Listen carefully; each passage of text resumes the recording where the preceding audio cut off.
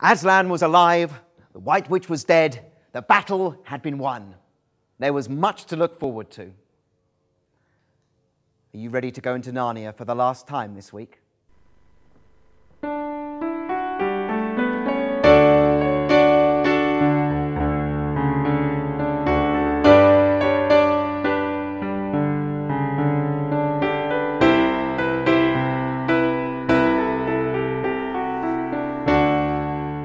The day after the battle, when the White Witch had been defeated, they began marching eastward down the side of the great river.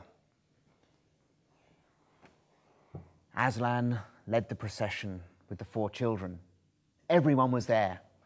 There was Mr. Tumnus, and the beavers, the giant Rumblebuffin, and the good dwarfs, the centaurs, flocks of birds, great majestic animals, and a whole array of small furry animals. It was a happy procession. And at about tea time, they reached their destination. The castle of Cair Paravel, on its little hill, towered above them. Before them, the sands, with the rocks and little pools of salt water and seaweed.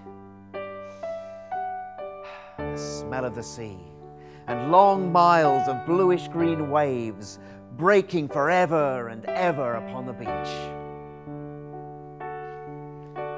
The next day, in the great hall of Cair Paravel, that wondrous hall with the ivory ceiling, the western wall hung with peacock feathers, and the eastern doors which opened out towards the sea.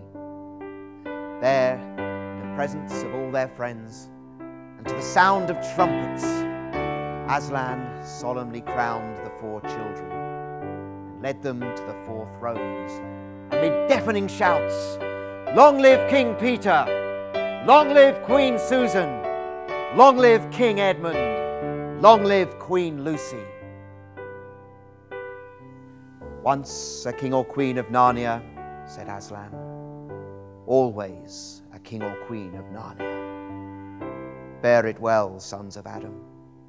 Bear it well, daughters of Eve." That was the beginning of their reign in Narnia. It was a long reign, and they grew to be powerful, wise, and gracious kings and queens. The first thing they did was to seek out all that remained of the White Witch's army and destroy them. For a long time, there were rumors of evil things lurking in the darkest corners of the forest. But in the end, they were stamped out.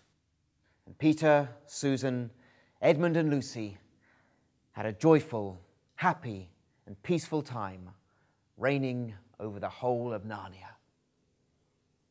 And then one day, when they were out hunting in the forest, they saw a strange sight, and yet it was somehow familiar.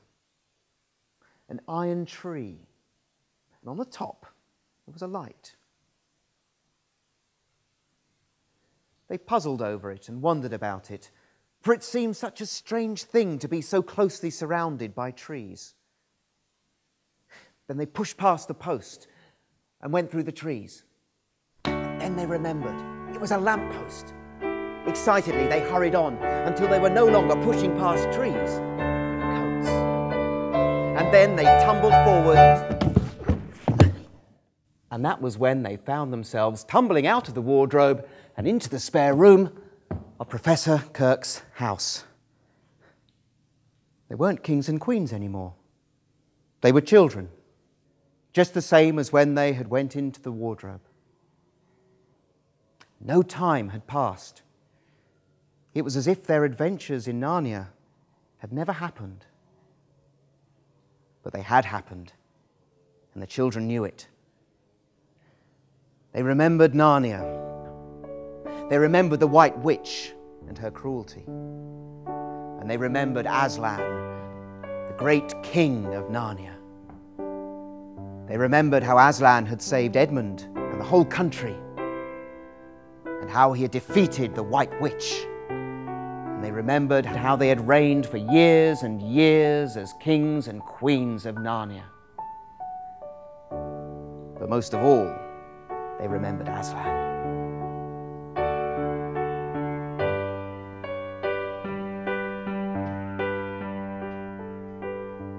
children never got back into Narnia through the wardrobe.